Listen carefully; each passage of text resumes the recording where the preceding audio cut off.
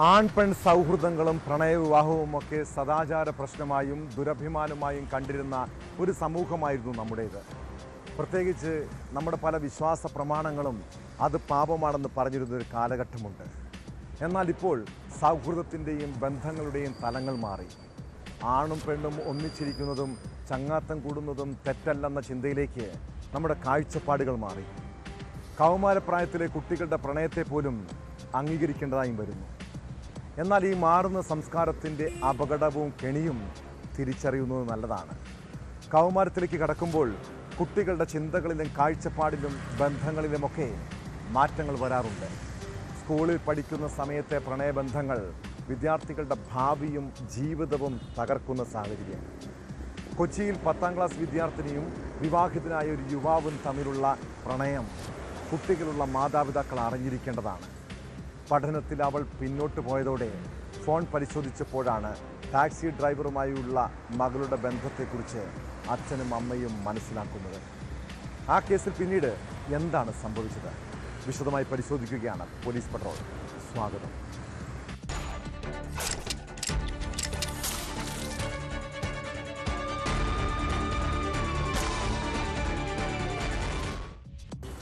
കൗമാരപ്രായത്തിൽ മക്കളുടെ സ്വഭാവത്തിലും പെരുമാറ്റത്തിലുമൊക്കെ ചില മാറ്റങ്ങൾ സംഭവിക്കുന്നത് സ്വാഭാവികമാണ്.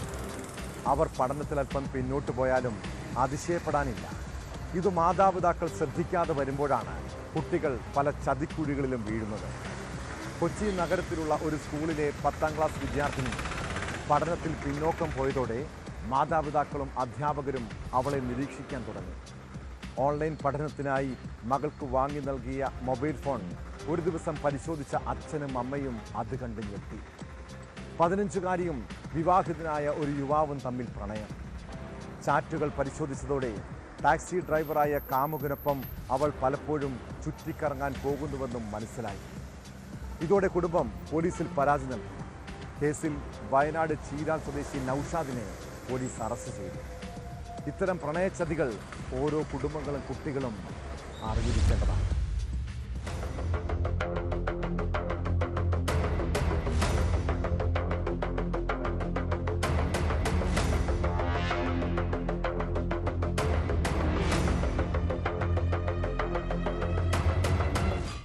പഠനത്തിൽ മിടുക്കിയായിരുന്ന 15-കാരി ക്ലാസ് പരീക്ഷകളിൽ പിന്നിൽ പോയതോടെയാണ് വീട്ടുകാർക്കും അധ്യാപകർക്കും സംശയമായത്. തുടർന്ന് മാതാപിതാക്കൾ മകളുടെ ഫോൺ വിളികൾ നിരീക്ഷിക്കാൻ തുടങ്ങി. രാത്രി സമയങ്ങളിൽ അവൾ മണിക്കൂറുകളോളം ആരോടോ സംസാരിക്കുന്നത് ശ്രദ്ധയിൽപ്പെട്ടു. സ്കൂളിൽ പോകുന്ന സമയവും പെൺകുട്ടി ബാഗിൽ ഒളിപ്പിച്ച് ഫോൺ കൊണ്ടുപോകും. ഒരു ദിവസം മകൾ അറിയാതെ അവളുടെ മൊബൈൽ ഫോണും കോൾ ലിസ്റ്റും പരിശോധിച്ച അച്ഛനും അമ്മയും ചാറ്റുകൾ കണ്ട് ഞെട്ടി. കാമുകനുമായി സെക്സ് ചാറ്റുകൾ പതിവ്. പല കോളുകളും പാതിരാത്രി വരെയും നീളും. അങ്ങനെ മകളെ ചോദ്യം ചെയ്തപ്പോൾ ഒരാളുമായി പ്രണയമാണെന്ന് അവൾ പറഞ്ഞു. കാമുകനെ കുറിച്ച് തിരക്കിയതോടെ അയാൾ ഓൺലൈൻ ടാക്സി ഡ്രൈവറാണെന്ന് വ്യക്തമായി. ഇതോടെ രക്ഷിതാക്കൾ പോലീസിൽ വിവരമറിയിച്ചു. പെൺകുട്ടിയുടെ മൊഴിയെടുത്ത പോലീസ് കാമുകനെ ചോദ്യം ചെയ്യാൻ വിളിപ്പിച്ചു. വിവാഹിതനും ഒരു കുട്ടിയുടെ അച്ഛനുമായ യുവാവാണ് കാമുകൻ. കേസിൽ വയനാട് ചീരാൽ സ്വദേശി നൌഷാദിനെ പോലീസ് അറസ്റ്റ് ചെയ്തു. പോക്സോ നിയമം ഉൾപ്പെടെയുള്ള വകുപ്പുകൾ ചുമത്തി അറസ്റ്റ് ചെയ്ത പ്രതിയെ കോടതിയിൽ ഹാജരാക്കി റിമാൻഡ് ചെയ്തു.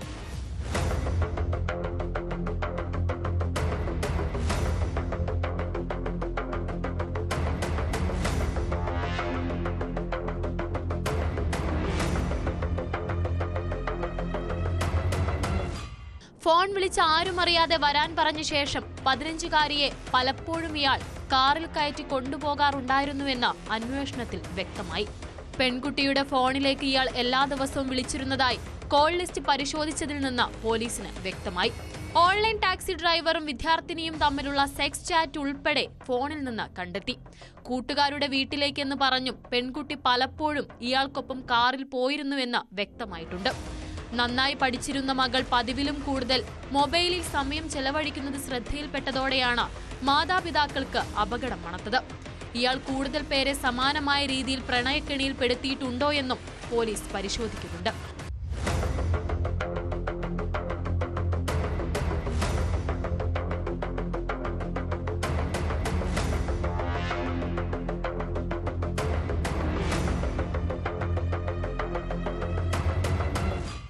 ന്യൂസ് 18 കൊച്ചി. പണ്ടൊക്കെ സ്കൂളിൽ പഠിക്കുന്ന സമയത്ത് ആണും പെണ്ണും തമ്മിൽ പരസ്പരം സംസാരിക്കുന്നത് എന്തോ മഹാ അപരാധമായിരുന്നു. ഒരാളുടെ പ്രണയമാണെന്ന് പറയാൻ പോലും ഭയപ്പെട്ടിരുന്ന അവസ്ഥ. എന്നാൽ ഇപ്പോൾ കാലമാകെ മാറി. പിള്ളേരുടെ കാഴ്ചപ്പാടും കൗമാരപ്രായത്തിൽ പ്രണയം തുടങ്ങും. അതിൽ പ്രായമോ മതമോ ജാതിയോ ഒന്നും പ്രശ്നമല്ല. എന്നാൽ നമ്മുടെ സാമൂഹ്യ അവസ്ഥയിൽ പ്രണയം പെൺകുട്ടികൾക്ക് കുരുക്കായി മാറുന്ന സാഹചര്യമുണ്ട്. തിരുവനന്തപുരം പാറശാലയിൽ നിന്നുള്ള നടുക്കമുണ്ടാക്കുന്ന ഒരു സംഭവത്തെക്കുറിച്ചാണ് പറഞ്ഞു വരുന്നത്. 10ാം ക്ലാസ് വിദ്യാർത്ഥിനിയും കാമുകനും വിഷം കഴിച്ച് ആത്മഹത്യക്ക് ശ്രമിച്ചതോടെയാണ് അവരുടെ പ്രണയം പുറംലോകം അറിഞ്ഞത്. 23-കാരനും പെൺകുട്ടിയും ജ്യൂസിൽ വിഷം കലക്കി കുടിച്ച് ജീവനൊടുക്കാൻ ശ്രമിക്കുകയായിരുന്നു. ഇരുവരും ഗുരുതരാവസ്ഥയിൽ ആശുപത്രിയിൽ ചികിത്സയിലാണ്. സംഭവത്തിൽ കേസെടുത്ത പോലീസ് അന്വേഷണം തുടങ്ങിയിട്ടുണ്ട്.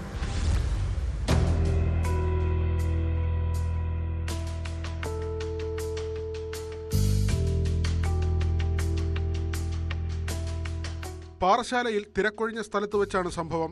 15-കാരിയായ പെൺകുട്ടി ഛർദ്ദിക്കുന്നത് കണ്ടാണ് നാട്ടുകാർ സംഭവം ശ്രദ്ധിക്കുന്നത്. ഇരുവരും വിഷം കഴിച്ചതാണെന്ന് മനസ്സിലായതോടെ ഉടൻ ആശുപത്രിയിലെത്തിക്കുകയായിരുന്നു. ആദ്യം പാറശാല ആശുപത്രിയിൽ എത്തിച്ച് പ്രാഥമിക ചികിത്സ നൽകിയ ശേഷം വിദഗ്ധ ചികിത്സയ്ക്കായി ഇരുവരെയും നെയ്യാറ്റിൻകരയിലെ സ്വകാര്യ ആശുപത്രിയിലേക്ക് മാറ്റി.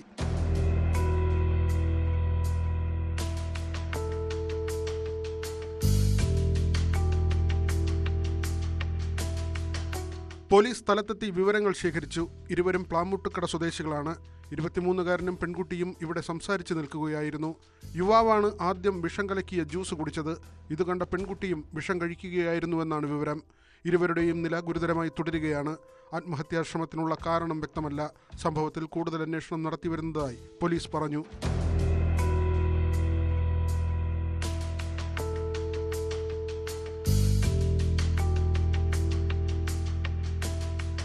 ന്യൂസ് 18 നെയ്യാറ്റിൻകര. ഗൾഫ് രാജ്യങ്ങളിൽ ജോലി ചെയ്യുന്ന മലയാളി നഴ്സുമാരുടെ ശ്രദ്ധയ്ക്ക്. നാട്ടിൽ വീട് പണിയാനും മറ്റും കുവൈത്തിലെ ബാങ്കിൽ നിന്ന് ലോൺ എടുത്തവരാണോ നിങ്ങൾ? ഇങ്ങനെ പണം വായ്പ എടുത്ത ശേഷം മികച്ച തൊഴിലവസരം തേടി യൂറോപ്യൻ രാജ്യങ്ങളിലേക്ക് കടക്കാൻ പദ്ധതി ഉണ്ടെങ്കിൽ പണി പിന്നാലെ ഉണ്ട് കേട്ടോ. ഗൾഫിൽ ജോലി ചെയ്യുന്നതിനിടെ കുവൈത്തിലെ അൽ അഖ്ലി ബാങ്കിൽ നിന്ന് വായ്പ എടുത്ത് തിരിച്ചടയ്ക്കുന്നതിൽ വീഴ്ച വരുത്തിയ 13 മലയാളി നഴ്സുമാർക്കെതിരെ കേസ്. കുവൈത്ത് ബാങ്ക് അധികൃതർ നൽകിയ പരാതിയിൽ സംസ്ഥാന പോലീസാണ് നടപടി സ്വീകരിച്ചിരിക്കുന്നത്. ക്രൈംബ്രാഞ്ച് അന്വേഷിക്കുന്ന കേസിൽ പ്രതികൾക്കെതിരെ ലുക്കൌട്ട് നോട്ടീസ് ഇറക്കിയിട്ടുണ്ടെന്നും കേരളത്തിലേക്ക് തിരിച്ചു വന്നാൽ അറസ്റ്റ് ചെയ്യാനുമാണ് നീക്കം.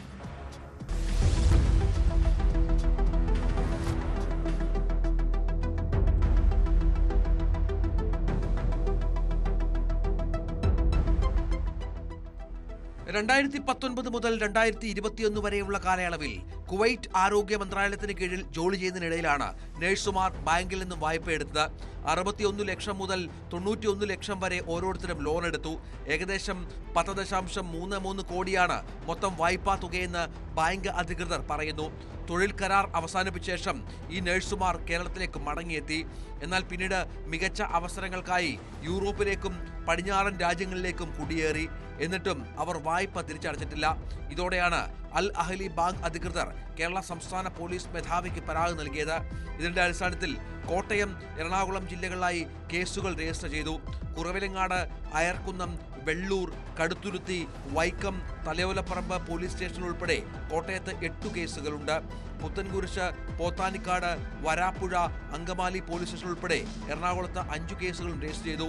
കുവൈറ്റ് ബാങ്കിൽ നിന്ന് വായ്പയെടുത്ത് വിദേശ രാജ്യങ്ങളിലേക്ക് മുങ്ങിയവർക്കെതിരെ കടുത്ത നടപടി സ്വീകരിക്കാനാണ് പോലീസ് നീക്കം.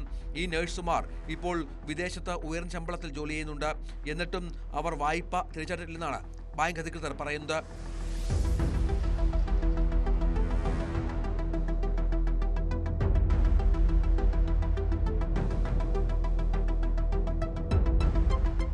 വായ്പ തിരിച്ചടയ്ക്കാത്തവർ ആദ്യം ചെറിയ വായ്പകളെടുത്ത് കൃത്യമായി തിരിച്ചടയ്ക്കുന്ന രീതിയാണ് സ്വീകരിച്ചിരുന്നത്.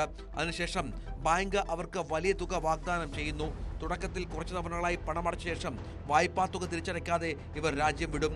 നേരത്തെ മറ്റൊരു ധനകാര്യ സ്ഥാപനമായ ഗൾഫ് ബാങ്ക് കേരള പോലീസിനെ സമീപിച്ചിരുന്നു. തുടർന്ന് 2024 ഡിസംബറിൽ 10 കേസുകൾ രജിസ്റ്റർ ചെയ്തിരുന്നു. ഗൾഫ് ബാങ്കിന്റെ കേസുകളിൽ ഒരാൾ നേരത്തെ വായ്പ തീർപ്പാക്കിയിരുന്നു. മറ്റുള്ളവർ മുൻകൂർ ജാമ്യത്തിനായി കേരള ഹൈക്കോടതി സമീപിച്ചെങ്കിലും അത് തള്ളിയിരുന്നു. കേസിന്റെ അന്വേഷണം ഇപ്പോൾ ക്രൈംബ്രാഞ്ചാണ് നടത്തുന്നത്. പ്രതികൾക്കെതിരെ ലുക്കൌട്ട് നോട്ടീസ് ഇറക്കിയിട്ടുണ്ട്. കേരളത്തിലേക്ക് തിരിച്ചു വന്നാൽ അറസ്റ്റ് ചെയ്യാനാണ് നീക്കം.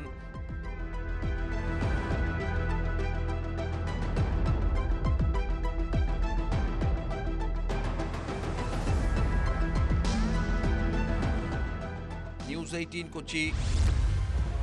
ഭൂട്ടാനിൽ നിന്ന് നികുതി വെട്ടിച്ച് ഇന്ത്യയിൽ കാർ എത്തിച്ച് വിൽപ്പന നടത്തിയ കേസിന്റെ സൂത്രധാരൻ ആരാണ്?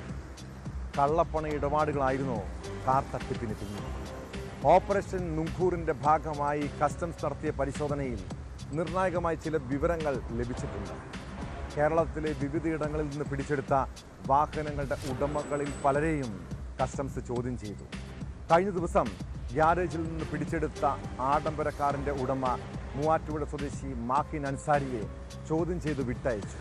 അതിനിടെ പിടിച്ചെടുത്ത വാഹനം വിട്ടുകിട്ടണമെന്നാവശ്യപ്പെട്ട് നടൻ ദുൽഖർ സൽമാൻ ഹൈക്കോടതിയിൽ ഹർജി നൽകി. താൻ നിയമപരമായാണ് വാഹനം വാങ്ങിയതെന്നും രേഖകൾ പരിശോധിക്കാതെയാണ് കസ്റ്റംസ് വാഹനം പിടിച്ചെടുത്തതെന്നും ഹർജിയിൽ ആരോപിക്കുന്നു.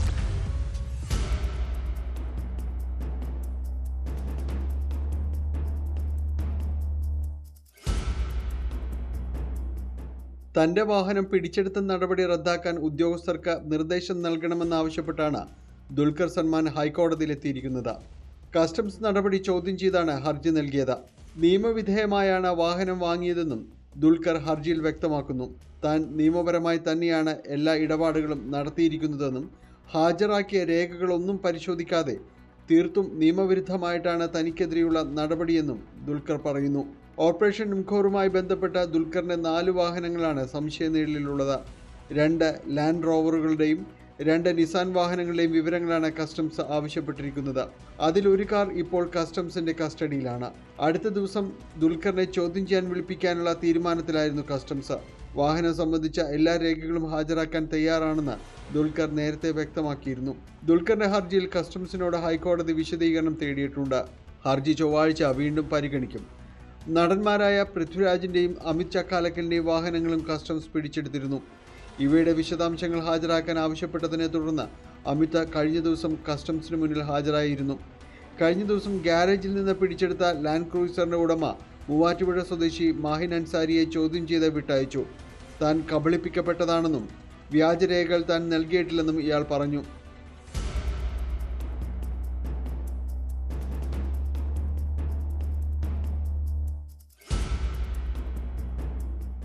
റെയ്ഡിൽ ചലച്ചിത്ര താരങ്ങൾ, വ്യവസായികൾ, കാർ ഷോറൂമുകൾ എന്നിവരുടേത് ഉൾപ്പെടെ 36 കാറുകളാണ് കസ്റ്റംസ് പിടിച്ചെടുത്തിരുന്നത്. 188ഓളം കാറുകൾ സംസ്ഥാനത്ത് വിൽപ്പന നടത്തിയതായാണ് വിവരം. എന്നാൽ ഇതിൽ ഭൂരിപക്ഷവും കണ്ടെത്താൻ കഴിഞ്ഞിട്ടുമില്ല. ഇതേ തുടർന്ന് അതിർത്തി ചെക്ക് പോസ്റ്റുകളിൽ പരിശോധനകൾ കർശനമാക്കാനും കസ്റ്റംസ് നിർദ്ദേശം നൽകിയിട്ടുണ്ട്.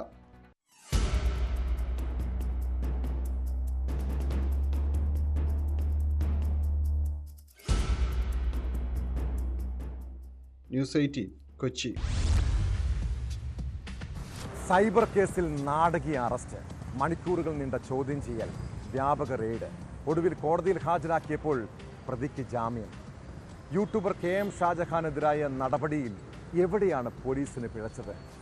CPM വനിതാ നേതാവ് KJ ഷൈനെ അധിക്ഷേപിച്ചെന്ന കേസിലെ ആദ്യ അറസ്റ്റായിരുന്നു ഷാജഹാൻ്റേത്. എന്നാൽ വീഡിയോയിൽ എന്താണ് അശ്ലീല കണ്ടന്റെന്ന് ചോദിച്ചാണ് കോടതി പ്രതിക്ക് ജാമ്യം അനുവദിച്ചത്.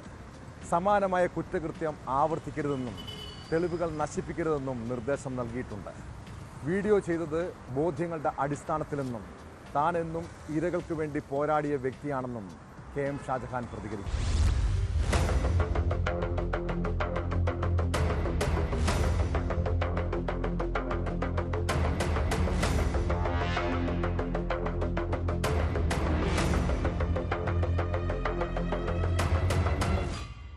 ഷാജഹാനെ അറസ്റ്റ് ചെയ്ത പോലീസ് നടപടിയിൽ എറണാകുളം CJM കോടതി സംശയങ്ങൾ ഉന്നയിച്ചു.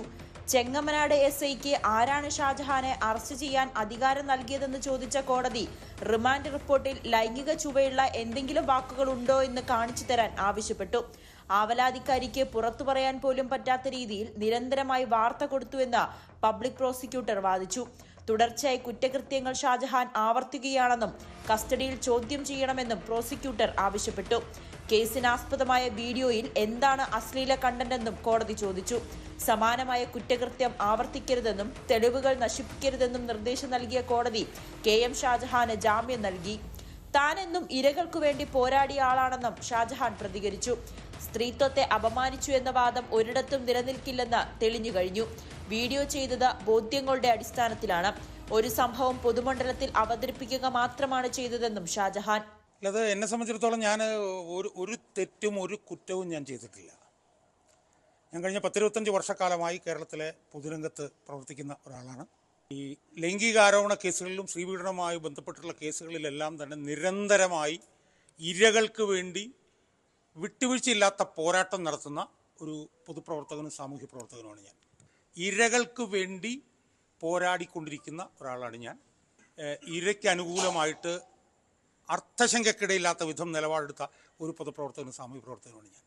അതുകൊണ്ട് തന്നെ എനിക്കെതിരെ ഈ സ്ത്രീത്വത്തെ ആക്ഷേപിച്ചു എന്ന് പറയുന്ന ഒരു വാദം ഒരിടത്തും നിലനിൽക്കില്ല. ഷാജഹാന്റെ അറസ്റ്റിനെ തുടർന്ന് കേരള പോലീസിനെ അഭിനന്ദിച്ച് KJ ഷൈൻ രംഗത്തെത്തിയിരുന്നു. ഗൂഢാലോചനയുണ്ടോ എന്ന് അന്വേഷണത്തിൽ വ്യക്തമാകുമെന്നും KJ ഷൈൻ പറഞ്ഞു. ഒരു ജനാധിപത്യ രാജ്യം എന്നുള്ള നിലയ്ക്ക് ഭരണകൂടം ഉറപ്പു തന്ന തടസ്സങ്ങൾ നീക്കാനുള്ള എല്ലാ സഹായങ്ങളും ഉപയോഗിക്കാൻ കഴിഞ്ഞു. അതിന് കേരള പോലീസിനോട് ഒരു ബിഗ് സല്യൂട്ട്. പരാതി കൊടുക്കുന്നത് പരാതിക്ക് കാരണമായ സംഭവങ്ങൾ തുടർന്നും ഉണ്ടാകുന്നു. നിയമവ്യവസ്ഥയെ വെല്ലുവിളിക്കാൻ ശ്രമിക്കുന്നു. KJ ഷൈൻ ആദ്യം നൽകിയ പരാതിയിൽ KM ഷാജഹാനെ 6 മണിക്കൂറോളം ചോദ്യം ചെയ്ത് വിട്ടയച്ചിരുന്നു. എന്നാൽ KJ ഷൈന്റെ പേര് എടുത്തു പറഞ്ഞ് അധിക്ഷേപകരമായ വീഡിയോകൾ വീണ്ടും പോസ്റ്റ് ചെയ്തതോടെ നൽകിയ പരാതിയിലായിരുന്നു അറസ്റ്റ്. KM ഷാജഹാന്റെ വീട്ടിൽ വീണ്ടും പോലീസ് റെയ്ഡ് നടത്തി. എറണാകുളം സൈബർ ക്രൈം പോലീസാണ് ആക്കുളത്തെ വീട്ടിൽ റെയ്ഡ് നടത്തിയത്. ഷാജഹാന്റെ മകന്റെ ലാപ്ടോപ്പും മൊബൈൽ ഫോണും കസ്റ്റഡിയിലെടുത്തു. മൊഴിയും രേഖപ്പെടുത്തി. KJ ഷൈനും വൈപ്പിൻ MLAയും നൽകിയ സൈബർ ആക്രമണ പരാതിയിൽ 1-ാം പ്രതി CK ഗോപാലകൃഷ്ണന്റെ മുൻകൂർ ജാമ്യം കോടതി ശനിയാഴ്ച പരിഗണിക്കും. 3-ാം പ്രതി കൊണ്ടോട്ടി അബു എന്ന യാസർ എടപ്പാളിനോട് ചോദ്യം ചെയ്യലിന് ഹാജരാകാൻ ആവശ്യപ്പെട്ടുവെങ്കിലും ഹാജരായില്ല.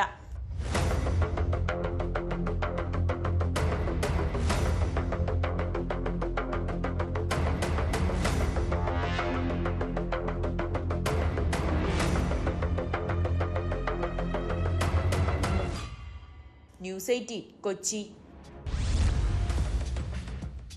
2012 മെയ് 13 ചേർത്തല സ്വദേശിനി ഐഷയെ അവസാനമായി കണ്ട ദിവസമാണ്. പള്ളിപ്പുറത്തെ സെബാസ്റ്റ്യനെ കാണാനായി ഇറങ്ങിയ ഐഷയ്ക്ക് പിന്നീട് എന്തായിരിക്കും സംഭവിച്ചത്? ജയിലമ്മ ബിന്ദു പത്മനാഭൻ കൊലക്കേസുകൾക്ക് പിന്നാലെ ഐഷ കേസിലും ചുരുളഴിയുകയാണ്. ഐഷ തിരോധാന കേസിൽ സീരിയൽ കില്ലർ സെബാസ്റ്റ്യനെയും സുഹൃത്ത് റോസമ്മയെയും കേന്ദ്രീകരിച്ച് കൂടുതൽ അന്വേഷണത്തിലൊരുങ്ങുകയാണ് പോലീസ്. ഐഷയ്ക്ക് എന്ത് സംഭവിച്ചുവെന്ന് റോസമ്മയ്ക്ക് കൃത്യമായി അറിയാമെന്ന് ചേർത്തല പോലീസ് ഉറപ്പിക്കുന്നു. റോസമ്മയുടെ വീട്ടിൽ സെബാസ്റ്റ്യൻ വരുന്ന കാലയളവിലുണ്ടായിരുന്ന ജൂലി എന്ന സ്ത്രീ എവിടെയെന്ന അന്വേഷണവും പോലീസ് ആരംഭിച്ചു.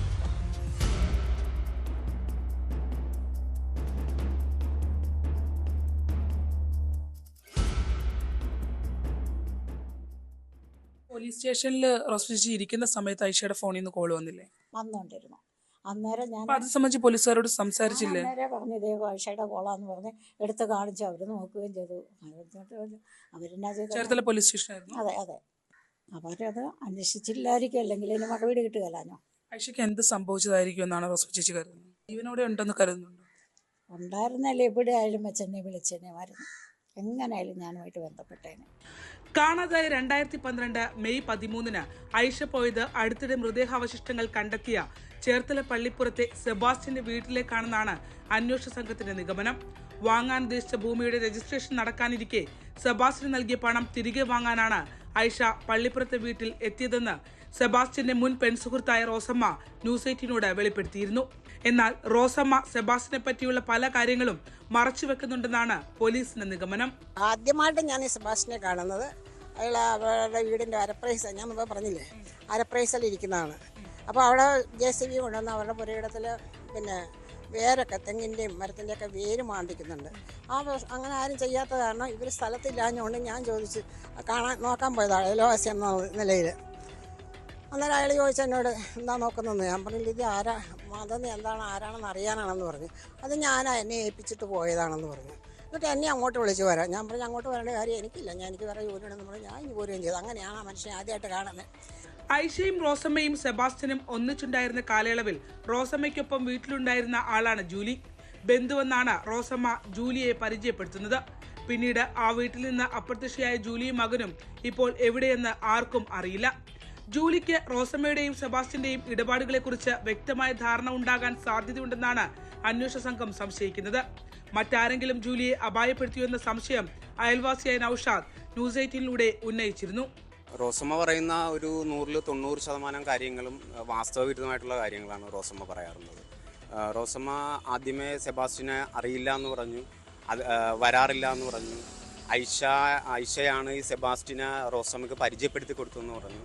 ഈ ഐഷാനെ കാണാതായതിനു ശേഷം റോസമ്മ ആദ്യം പറയുന്നത് പോലെ ആദ്യത്തെ 2-3 ദിവസമൊന്നും അന്വേഷണമൊന്നും ഇല്ലായിരുന്നു. ആങ്ങളയുടെ വീട്ടിലാണ് ഐഷ താമസിച്ചുകൊണ്ടിരുന്നത് കുറച്ചു കാലം. ആ ഇടക്കാലം കൊണ്ട് അവരുടെ ഫാമിലിയിൽ ചെറിയ എന്തോ ഒരു പ്രശ്നങ്ങളുണ്ടായിരുന്നു.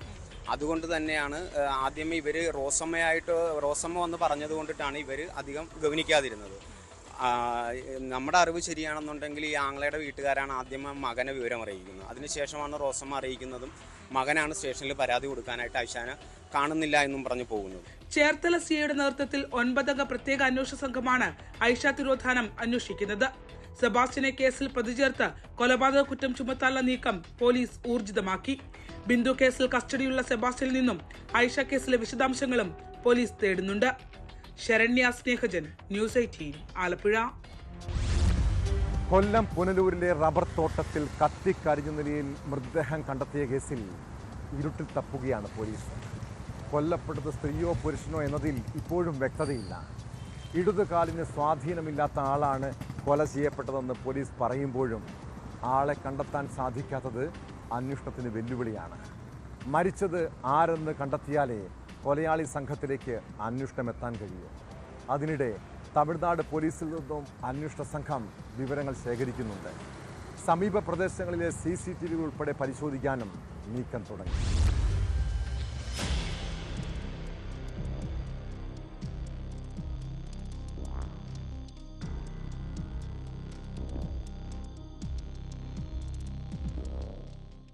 റബ്ബർ തോട്ടത്തിൽ കത്തിക്കരിഞ്ഞ നിലയിൽ കണ്ടെത്തിയ മൃതദേഹം ആരുടേതെന്ന് ഇനിയും തിരിച്ചറിയാത്തതാണ് അന്വേഷണ സംഘത്തെ വലയ്ക്കുന്നത്. കാണാതായ ആളുകളെ അടക്കം കേന്ദ്രീകരിച്ചാണ് അന്വേഷണം. ഇതര സംസ്ഥാനത്ത് നിന്നുള്ളവരെ കേന്ദ്രീകരിച്ചും അന്വേഷണം നടക്കുന്നുണ്ട്. നിലവിൽ സമീപ സ്റ്റേഷനുകളിൽ പരാതികളൊന്നും ലഭിച്ചിട്ടില്ല. ദീർഘദൂര യാത്രകൾ ശീലമാക്കിയിട്ടുള്ളവരോ മറ്റ് സംസ്ഥാനങ്ങളിൽ നിന്നുള്ളവരോ ആകാനുള്ള സാധ്യതയും പോലീസ് തള്ളിക്കളയുന്നില്ല. അഴുകിയ നിലയിൽ കണ്ടെത്തിയ മൃതദേഹത്തിൽ നെഞ്ചിന്റെ ഭാഗത്ത് ആഴത്തിൽ മുറിവേറ്റിട്ടുണ്ട്. ചങ്ങല ഉപയോഗിച്ച് ബന്ധിച്ച നിലയിലായിരുന്നു മൃതദേഹം. കൊലപാതകത്തിന് ശേഷമാണോ അതോ കൊലപാതകത്തിന് മുൻപാണോ ചങ്ങല ഉപയോഗിച്ച് ബന്ധിച്ചതെന്നും സ്ഥിരീകരിക്കാൻ ആയിട്ടില്ല. തമിഴ്നാട് അടക്കമുള്ള സംസ്ഥാനങ്ങളിലെ പോലീസുമായി ബന്ധപ്പെട്ടതായി പുനലൂർ DYSP ജിജു TR പറഞ്ഞു. കൊലപാതകത്തിൽ ഒന്നിലേറെ ആളുകൾക്ക് പങ്കുള്ളതായും പോലീസ് സംശയിക്കുന്നുണ്ട്. മൃതദേഹത്തിന് അടുത്ത് കിടന്ന ഒഴിഞ്ഞ കന്നാസിലും കുപ്പിയിലും പെട്രോളിന്റെയും ആസിഡിന്റെയും സാന്നിധ്യം കണ്ടെത്തി. സമീപത്തെ പെട്രോൾ പമ്പുകളിലും അവിടുത്തെ CCTV ദൃശ്യങ്ങളും പോലീസ് പരിശോധിച്ചു വരികയാണ്. പുനലൂർ പൊൻകുന്നം മലയോര ഹൈവേയിൽ നിന്നും 150 അടി ഉയരത്തിൽ സ്ഥിതി ചെയ്യുന്ന അധികം ആളെത്താത്ത മലയിലാണ് കൊലപാതകം നടന്നത്. പരിസരവാസികളിൽ നിന്നടക്കം പോലീസ് വിവരം ശേഖരിക്കുന്നുണ്ട്. പാരിപ്പള്ളി മെഡിക്കൽ കോളേജ് മോർച്ചറി സൂക്ഷിച്ചിരിക്കുന്ന മൃതദേഹത്തിൽ നിന്ന് DNA പരിശോധനയ്ക്കുള്ള സാമ്പിളുകളും ശേഖരിച്ചിട്ടുണ്ട്.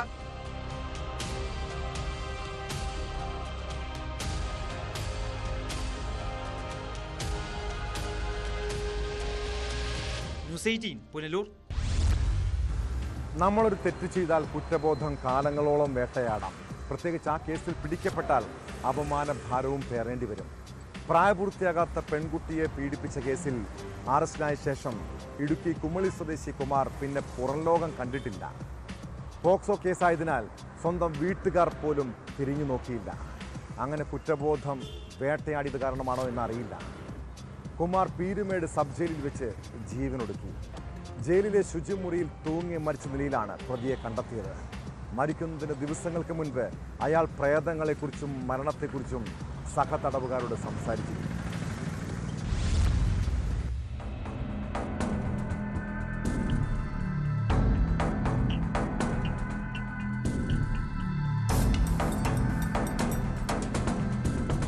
പോക്സോ കേസിൽ കട്ടപ്പന സെഷൻസ് കോടതി റിമാൻഡ് ചെയ്ത പ്രതിയാണ് കുമാർ. ഈ കേസിന്റെ വിസ്താരം അവസാന ഘട്ടത്തിലാണ്. കേസിൽ വിധി വരാനിരിക്കെയാണ് കുമാറിനെ തൂങ്ങി മരിച്ച നിലയിൽ കണ്ടെത്തിയത്. 2024 ഡിസംബറിൽ പ്രായപൂർത്തിയാകാത്ത പെൺകുട്ടിയെ ലൈംഗികമായി പീഡിപ്പിച്ചു എന്ന പരാതിയിലാണ് കുമാറിനെ കുമളി പോലീസ് കസ്റ്റഡിയിലെടുത്തത്. കഴിഞ്ഞ കുറേ ദിവസങ്ങളായി കുമാറിന്റെ പെരുമാറ്റത്തിൽ അസ്വാഭാവികത ഉണ്ടായിരുന്നുവെന്ന് ജയിൽ ജീവനക്കാർ പറയുന്നു. സഹതടവുകാരോട് പ്രേതങ്ങളെക്കുറിച്ചും മരണത്തെക്കുറിച്ചും ഇയാൾ സംസാരിച്ചിരുന്നുവെന്നാണ് പറയപ്പെടുന്നത്. വസ്ത്രം കഴുകാൻ ഡ്യൂട്ടി ഓഫീസറോട് അനുവാദം വാങ്ങി ശുചിമുറിയിലേക്ക് പോയ കുമാർ തിരിച്ചുവരാത്തതിനെ തുടർന്ന് നടത്തിയ അന്വേഷണത്തിലാണ് ശുചിമുറിയിൽ തൂങ്ങി നിൽക്കുന്നതായി കണ്ടത്. ജയിൽ ജീവനക്കാർ ഉടൻ പീരുമേട് താലൂക്ക് ആശുപത്രിയിൽ എത്തിച്ചുവെങ്കിലും മരണം സംഭവിച്ചിരുന്നു.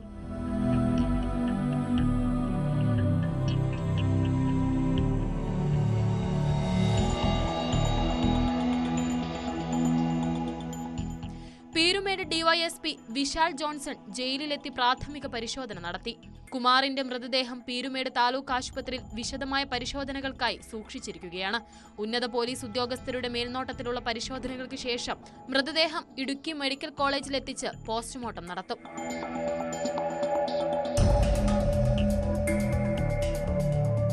ന്യൂസ് 18 ഇടുക്കി.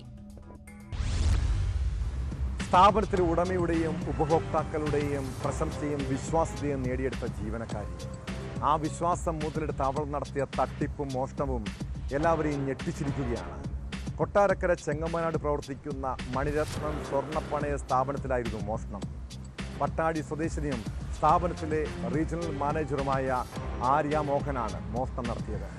സ്ഥാപന ഉടമയുടെ പരാതിയിൽ കൊട്ടാരക്കര പോലീസ് കേസെടുത്ത് അന്വേഷണം തുടങ്ങി. ആര്യയും ഭർത്താവും സംസ്ഥാനം വിട്ടെന്നാണ് സൂചന.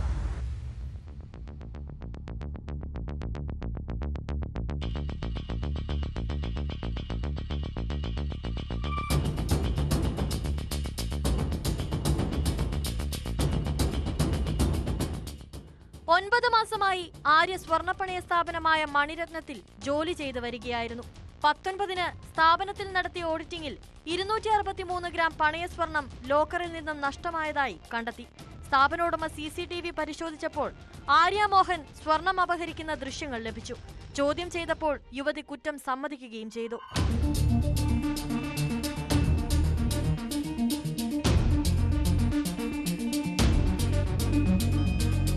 കവർച്ച ചെയ്ത സ്വർണ്ണാഭരണങ്ങൾ ആര്യ സമീപത്തുള്ള മറ്റ് സ്വർണ്ണപ്പണയ സ്ഥാപനങ്ങളിൽ പണയപ്പെടുത്തി പണം വാങ്ങിയിരുന്നു. ഇതിന്റെ എല്ലാ രേഖകളും ആര്യ സ്ഥാപനോടമയ്ക്ക് കൈമാറി. ഒടുവിൽ ഭർത്താവിനെ വിളിച്ചു വരുത്തുകയും സ്വർണം തിരികെ നൽകാമെന്ന ഉറപ്പിന്മേൽ ഇരുവരും സ്ഥാപനത്തിൽ നിന്നും പോവുകയുമായിരുന്നു.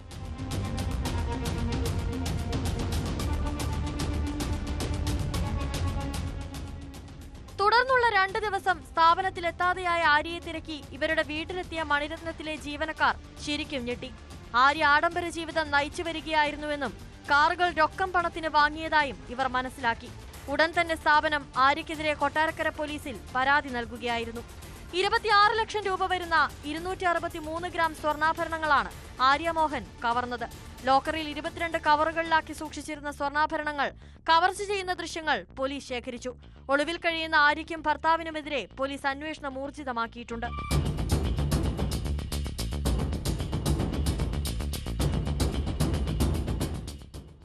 ന്യൂസ് 18 കൊട്ടാരക്കര.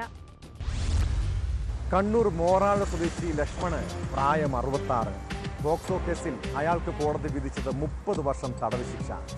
കണ്ണൂരിൽ പ്രായപൂർത്തിയാകാത്ത ആൺകുട്ടിയെ പ്രകൃതി വിരുദ്ധ ലൈംഗിക പീഡനത്തിന് ഇരയാക്കിയ കേസിലാണ് കോടതിയുടെ മാതൃകാപരമായ ശിക്ഷാവിധി. ഇതുപോലെ ലൈംഗിക വൈകൃതമുള്ളവരെ ഇങ്ങനെയാണ് ശിക്ഷിക്കേണ്ടത്. അതായത് ഇനി പുറം ലോകം കാണാൻ പോലും അനുവദിക്കരുത്. പ്രതി 1 ലക്ഷം രൂപ പിഴയും അടയ്ക്കണമെന്ന് മട്ടന്നൂർ അതിവേഗ പോക്സോ കോടതിയുടെ വിധിയിലുണ്ട്.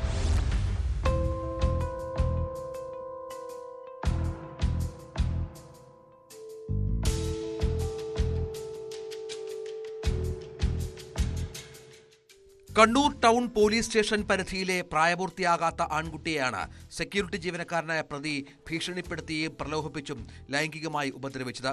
കേസിൽ മൊറാഴ സ്വദേശിയായ ലക്ഷ്മണൻ KV എന്ന 66-കാരനെ 30 വർഷം തടവിനും 1 ലക്ഷം രൂപ പിഴയടയ്ക്കാനുമാണ് കോടതി ശിക്ഷിച്ചത്. മട്ടന്നൂർ അതിവേഗ പോക്സോ കോടതിയിലാണ് വിധി.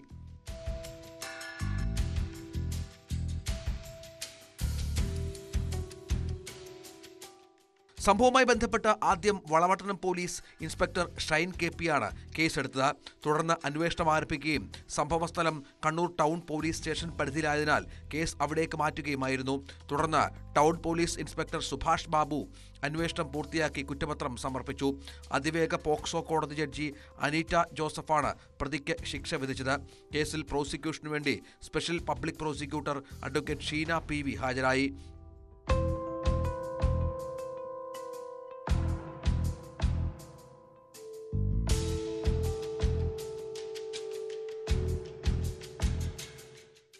ന്യൂസ് 18 കണ്ണൂർ. 2015 രാഷ്ട്രീയ കേരളത്തിലേറെ കോളിളക്കം സൃഷ്ടിച്ച സംഭവമായിരുന്നു CPM പ്രവർത്തകൻ ഓണിയൻ പ്രേമനെ വെട്ടിക്കൊന്ന കേസ്. രാഷ്ട്രീയ വൈരാഗ്യത്തെ തുടർന്ന് 10ഓളം RSS BJP പ്രവർത്തകർ ചേർന്ന് നടത്തിയ കൊലപാതകമായിരുന്നു അത്. ആ കേസിൽ 10 വർഷത്തിന് ശേഷം പ്രതികൾ കുറ്റക്കാരല്ലെന്ന് കോടതിയുടെ കണ്ടെത്തൽ. അതോടെ കേസിലെ മുഴുവൻ പ്രതികളെയും തലശ്ശേരി പ്രിൻസിപ്പൽ സെഷൻസ് കോടതി വെറുതെ വിട്ടു. പ്രതികൾക്ക് കൊലപാതകവുമായി നേരിട്ട് ബന്ധമുണ്ടെന്ന് തെളിയിക്കാൻ പ്രോസിക്യൂഷന് സാധിച്ചില്ലെന്ന് ചൂണ്ടിക്കാട്ടിയാണ് കോടതിയുടെ നടപടി.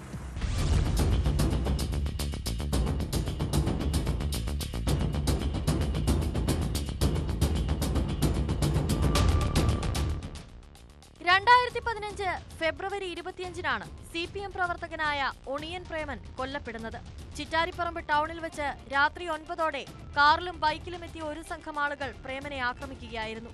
രാഷ്ട്രീയ വിരോധത്തിന്റെ പേരിലായിരുന്നു തടഞ്ഞു നിർത്തിയുള്ള ആക്രമണം. ഗുരുതരമായി പരിക്കേറ്റ പ്രേമൻ ചികിത്സയ്ക്കിടെ തലശ്ശേരി സഹകരണ ആശുപത്രിയിൽ വെച്ചാണ് മരിച്ചത്. പ്രേമൻ ആക്രമിക്കപ്പെടുന്നതിന്റെ തലേന്നാൾ ചക്കരക്കല്ലിൽ CPM ഓഫീസ് ആക്രമിക്കപ്പെട്ടിരുന്നു. ഓഫീസിൽ കിടന്നുറങ്ങുകയായിരുന്ന 2 പേരെ അന്ന് ആക്രമി സംഘം വെട്ടി പരിക്കേൽപ്പിക്കുകയുണ്ടായി. തുടർന്ന് മുതുകുറ്റിയിൽ BJP പ്രാദേശിക നേതാവിനും വെട്ടേറ്റു. സംഘർഷം വ്യാപിക്കുന്നതിനിടയിലാണ് CPM ചുണ്ടാ ബ്രാഞ്ച് അംഗമായ പ്രേമനെ ജോലി കഴിഞ്ഞ് രാത്രിയിൽ വീട്ടിലേക്ക് പോകുന്നതിനിടയിൽ തടഞ്ഞു നിർത്തി ക്രൂരമായി ആക്രമിച്ചത്.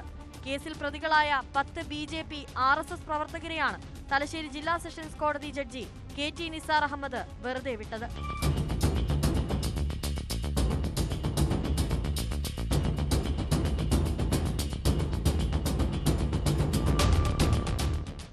കണ്ണവത്തെ CM സജേഷ്, പുറക്കളത്തെ KV ശ്യാമപ്രസാദ്, കോളയാട്ടെ T പ്രജീഷ്, ഓട്ടോറിക്ഷ ഡ്രൈവർ കണ്ണവത്തെ നിഷാന്ത്, പണിയോടൻ വീട്ടിൽ P ലിജീൻ, വിനീഷ് ഭവനിൽ മണപ്പാട്ടി വിനീഷ്, കളരിക്കൽ വീട്ടിൽ C രജീഷ്, കണ്ണവം തൈക്കണ്ടി വീട്ടിൽ N നിജിൽ, പാറേമൽ വീട്ടിൽ മഞ്ചേ രമേഷ്, രഞ്ജിത്ത് നിവാസിൽ CV രഞ്ജിത്ത് എന്നിവരായിരുന്നു കേസിലെ പ്രതികൾ.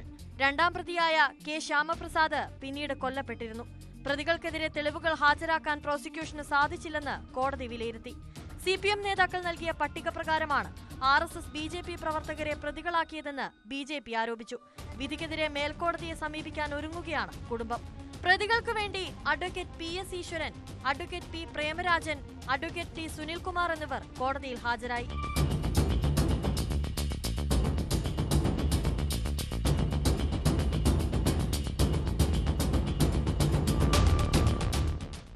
ന്യൂസ് 18 കണ്ണൂർ. കുട്ടികളെ അകാരണമായി മർദ്ദിക്കുന്ന ചില അധ്യാപകരെ കുറിച്ച് കേൾക്കാറില്ലേ? ഒരു പ്രത്യേകതരം മാനസികാവസ്ഥയുള്ളവരാണ് കുഞ്ഞുങ്ങളെ ഉപദ്രവിക്കുന്നത്. തിരുവനന്തപുരം മൊട്ടമൂട് 2.5 വയസ്സുള്ള പിഞ്ചു കുഞ്ഞിനെ മർദ്ദിച്ച അംഗനവാടി ടീച്ചറുടെ ക്രൂരത നമ്മൾ കണ്ടതാണ്. കേസിൽ പുഷ്പകല എന്ന അധ്യാപികയ്ക്കെതിരെ പോലീസ് കേസെടുത്തു. CWCയുടെ നിർദ്ദേശത്തെ തുടർന്ന് പോലീസ് ആശുപത്രിയിലെത്തി കുഞ്ഞിൻ്റെ മാതാവിൻ്റെ മൊഴിയെടുത്ത ശേഷമാണ് കേസെടുത്തത്. സംഭവം പുറത്തു വന്നതോടെ അധ്യാപികയെ സസ്പെൻഡ് ചെയ്തു.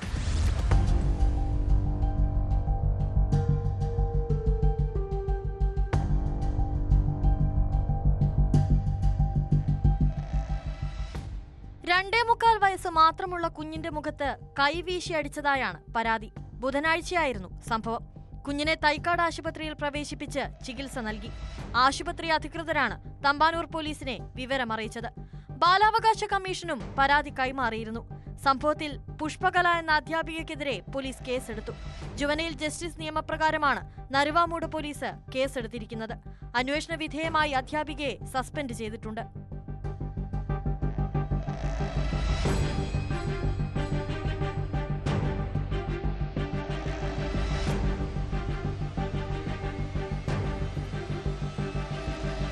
വൈകിട്ട് കുഞ്ഞിനെ കുളിപ്പിക്കുമ്പോഴാണ് മുഖത്തടിയേറ്റ തരത്തിലുള്ള പാടുകൾ അമ്മ കണ്ടത്.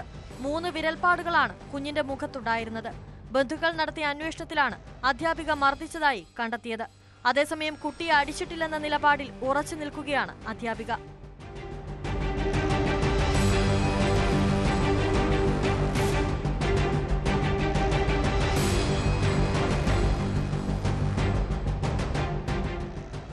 ന്യൂസ് 18 തിരുവനന്തപുരം.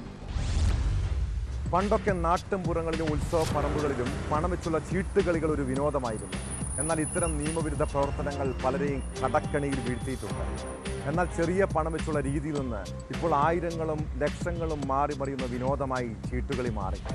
പാലക്കാട് ഒറ്റപ്പാലത്ത് ആളൊഴിഞ്ഞ സ്ഥലത്ത് വീട് കേന്ദ്രീകരിച്ച് വൻ ഇടപാടുകളാണ് നടന്നത്.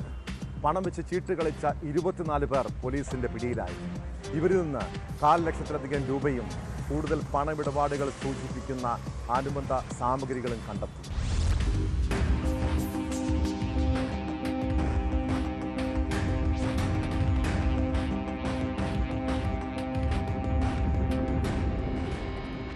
കഴിഞ്ഞ ദിവസം രാത്രി ഒറ്റപ്പാലം പോലീസിന്റെ നേതൃത്വത്തിലായിരുന്നു കണ്ണിയംപുറം വള്ളുവനാട് ഹൗസിംഗ് കോംപ്ലക്സിലെ ആളൊഴിഞ്ഞ സ്ഥലത്തെ വീട് കേന്ദ്രീകരിച്ച് പരിശോധന നടത്തിയത്.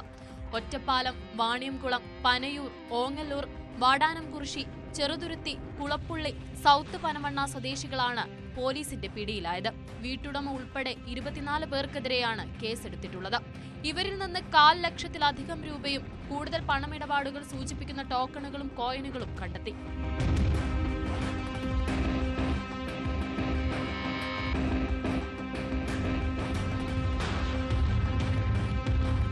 സംഭവസ്ഥലത്തു നിന്നും കണ്ടെത്തിയ ടോക്കണുകളിൽ നീല നിറത്തിലുള്ളത് 2000 രൂപയ്ക്ക് സമാനമാണെന്നും വെള്ള നിറത്തിലുള്ളത് 1000 രൂപയ്ക്ക് സമാനമാണെന്നും പച്ച നിറത്തിലുള്ളത് 500 രൂപയുടേതാണെന്നും പോലീസ് പറഞ്ഞു. പന്തയം കഴിഞ്ഞ ശേഷം ഗൂഗിൾ പേ വഴിയോ മറ്റെന്തെങ്കിലും UPI സംവിധാനങ്ങൾ വഴിയോ പണം കൈമാറുകയാണ് ഇവരുടെ രീതി. സംഭവസ്ഥലത്തു നിന്നും 6ഓളം കാറുകളും പോലീസ് കസ്റ്റഡിയിലെടുത്തു.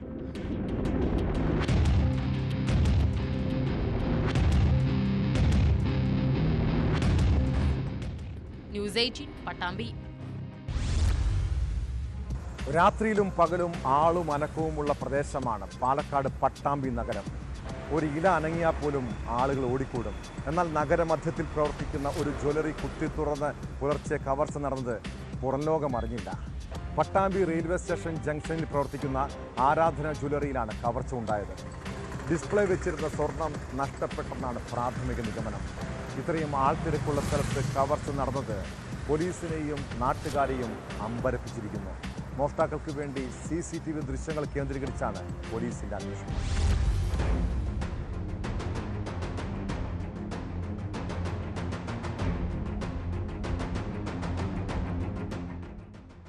റെയിൽവേ സ്റ്റേഷൻ ജംഗ്ഷനിൽ പ്രവർത്തിക്കുന്ന ആരാധന ജ്വല്ലറിയിലാണ് പുലർച്ചെയോടെ മോഷണം നടന്നത്. ഷട്ടറിന്റെ പൂട്ടുപൊളിച്ച് മുൻപിലെ ഗ്ലാസ് തകർത്താണ് മോഷണം നടത്തിയത്. ഡിസ്പ്ലേ വെച്ചിരുന്ന 8 പവൻ സ്വർണം നഷ്ടമായതായാണ് പ്രാഥമിക നിഗമനം. വിശദമായ പരിശോധനയ്ക്ക് ശേഷം മാത്രമേ നഷ്ടത്തിന്റെ യഥാർത്ഥ കണക്ക് വ്യക്തമാവുകയുള്ളൂ എന്ന് പോലീസ് അറിയിച്ചു.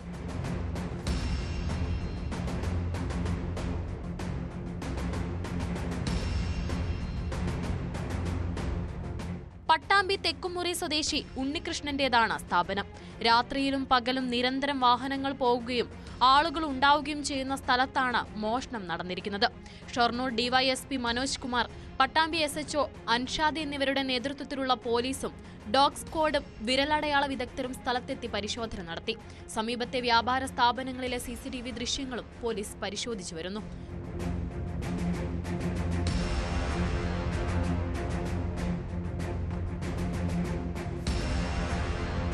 ന്യൂസ് 18 പട്ടാമ്പി. മദ്യവും ലഹരിയും കാരണം ജീവിതം തകർന്ന പലരുടെയും കഥ നമ്മളിടയ്ക്ക് കേൾക്കാറില്ല. പിന്നീട് ലഹരിയെല്ലാം ഉപേക്ഷിച്ച് ജീവിതത്തിലേക്ക് തിരിച്ചെത്തുന്ന ചില ആളുകളെയും കാണാറില്ല. അങ്ങനെ ഒരു സിനിമാ കഥ പോലെയാണ് മലപ്പുറം കീഴുപ്പറമ്പ് സ്വദേശി രതീഷ് എന്ന ചെറുപ്പക്കാരൻ്റെ ജീവിത കഥ. ജീവിതത്തിൽ ഏറ്റവും വലിയ ലഹരിയായി കാണാൻ കഴിഞ്ഞാൽ ഏത് ലഹരിയെയും മറികടക്കാൻ കഴിയുമെന്നാണ് രതീഷ് പറയുന്നത്. ലഹരിക്കെതിരെ വലിയ സന്ദേശം കൂടിയാണ് രതീഷിൻ്റെ ഈ അനുഭവങ്ങൾ.